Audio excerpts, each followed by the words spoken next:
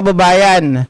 Pag-usapan natin itong si Attorney Palsis at itong si Rowena Guanzon na nagkakabanatan ngayon matapos po ang eksena nitong si Ronald Llamas maging itong si Rowena Guanzon. Si Attorney Palsis naman, mga kababayan, ang pinag-iinitan, ang pinuputakte nitong si Rowena Guanzon. Kaya ngayon, itong si Attorney Palsis nagtakda na ng araw ng kanilang debate, mga kababayan, kasi nung munang araw, napapansin natin itong si Rowena Guanzon, natatawa ako kasi sabi ni Attorney Palsis ay kahit sino daw ay pwede niyang i-debate, mga kababayan. Kahit si Chis Escudero pa daw, walang problema sa kanya.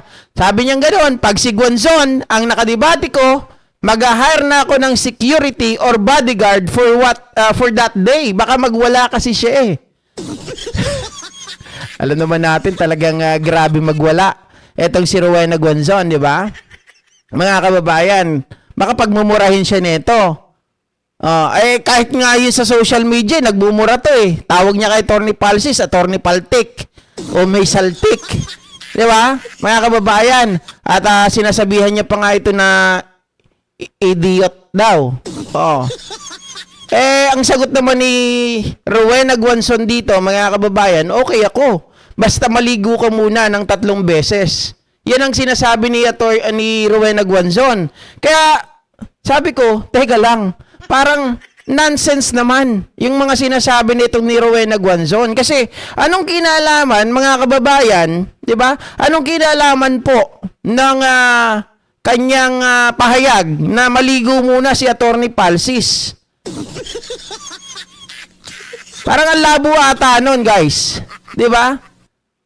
Sabi nga dito ng isang post na nabasa ko lang sobrang irrelevant. Bakit? Bakit kailangan maligo si Attorney Palsis? Bakit daw mag-SEX ba sila? Na kailangan maligo muna ni Attorney Palsis? Si Attorney Palsis, mga kababayan, kung iisipin natin ito, dagdag ko na lang na narrative. Baka mandiri sa'yo si Attorney Palsis.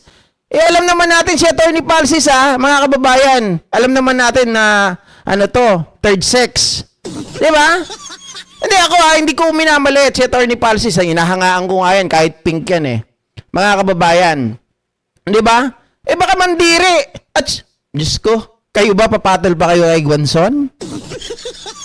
Kung manlait siya, alam naman natin puro ad hominem yung mga sinasabi niya na maligo ka muna. Diba? Irrelevant yun. Doon palang makikita na natin na itong si Rowena Guanzon ay walang kakwenta-kwentang kadebate.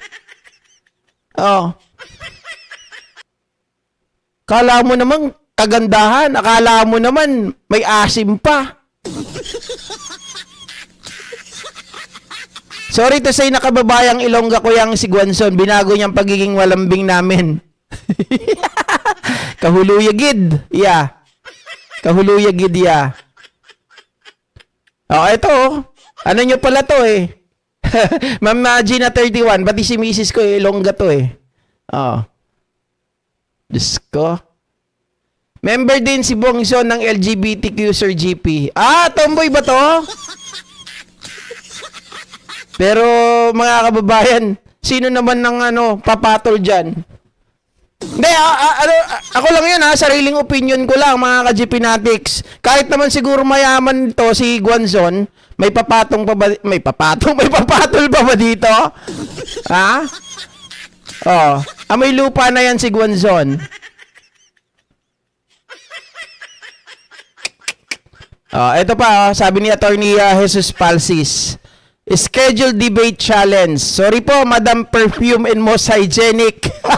Comelec Commissioner ever. The MLDPIC wannabe. Miriam Defensor Santiago, second rate, trying hard, copycat vlogger Rowena Guanzon. Bumabanat si Attorney Palsis Sabi niya gano'n, sorry po. Puro hanggang ad hominem and non-sequitur lang po kayo. But sabi nyo yan okay ka sa debate. May boses at Billionaire News Channel are contacting you and will hopefully set a debate on their show, Abogado, hosted and moderated by Attorney Karen Jimeno and Attorney Mike Toledo. Or Politico Talks, hosted by Marichu Villanueva and Rufa May Quinto. Pili kayo date, sabi ni Attorney Palsis. January 1, January 8, January 15, and 22. Thursday sa Abogado. January 2, 9, 16, and 21, Friday sa Politico Talks. Kapag hindi ka nagbigay ng available date mo sa January at hindi ka sumipot for the debate, ibig sabihin, duwag ka. Kasi meron pang naalala ko, may isang post pa dito si Attorney Palsis, mga kababayan. Kasi dapat ang, sabi niyang ganon, kahit anong topic, whether why Sara Duterte is not president material, o kaya si o kaya naman ay whether sabi mo ikaw ay DDS, sabi mo ikaw ay hindi DDS, yun ang topic. Sabing ganon, mga kababayan, pag-usapan natin yan. Etong si Rowena Guanzon, di ba pinag-ano niya, dinidinay niya na siya ay DDS. Sabi niya gano'n, hindi raw siya DDS. Siya daw ay kakamping, pero love siya ng mga DDS. Pero alam naman natin, ugali, DDS eh. Mas malala pa, di ba? Mas malala pa. Oh. Game pag umatras ka, duwag ka, sabi ni Attorney Palsis. Papalag kaya, mga kababayan, itong si Rowena Guanzon? Gusto ko kasi makita, kasi kung isipin nyo balikan ko lang yung istorya nitong si Panelo. Si Panelo at itong tawag dito mga kababayan, si Attorney Palsis, nung sila po ay nagdebate sa Bilyonaryo News Channel, pahiya, itong si Panelo. Diba, hindi siya nakabanat, hindi siya nakaatake dito kay Jesus Palsis. Hanggang sa umamin na nga lang siya na sabi niya ganon si Pangulong Bongbong Marcos daw ay hindi niya masasabing weak. 'Di ba? Sabi niya ganon, hindi weak yung tao na 'yan. Kasi kung weak 'yan, bakit niya mapapakulong si Duterte? Bakit niya mapapakulong si Kibuloy?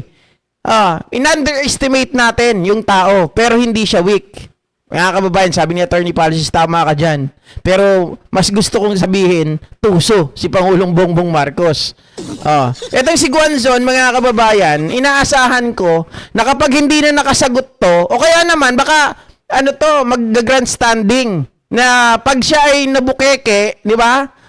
O kaya naman ay hindi na makapalag, aagawin na yung mikropono, magsisigaw na doon. Mag-hysterical. Ay, nawawala ko?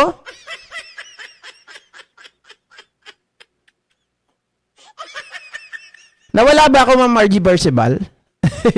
Bungangera na. Palingkera pa. Sabi ni Ma'am Aurelia din na malay mo, GP, may katas na. Malay mo, may katas pa si Guanzon. Anong katas? Uy, pasintabi sa may mga edad na dyan, guys eto naman, biruan lang natin. Ako wala akong pakialam kung may edad na ang isang tao. As long as yung edad mo ay binabatay, kumbaga inilulugar mo yung sarili mo. Para, mga kababayan, ay hindi ka po atakihin, di ba? Para hindi ka atakihin ng ibang tao kasi sa pag-uugali mo. Kung maayos ang ugali mo, kahit matanda ka na, igagalang ka ng mga yan.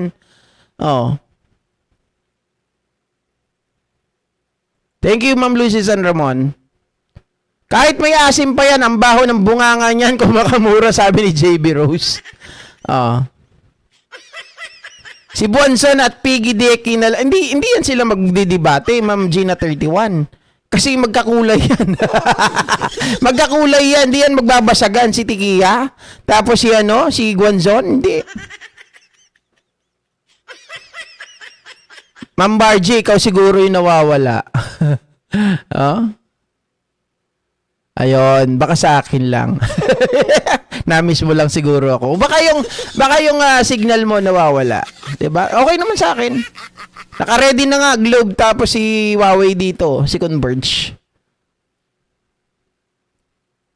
Robin nag-number 1 dahil lang sa BCM SD card, sabi ni Mary Ann Delpino. Okay? So ayan sana mga kababayan, magbigay na ng schedule or itong si Rowena Guanzon ay pumayag. Anyway, sabi ni Attorney Palsis, duwag ka kapag hindi ka pumalag kung hindi ka nagbigay ng date. 'Di ba? T-Bird pala si Buang Zon. Wala nang asim.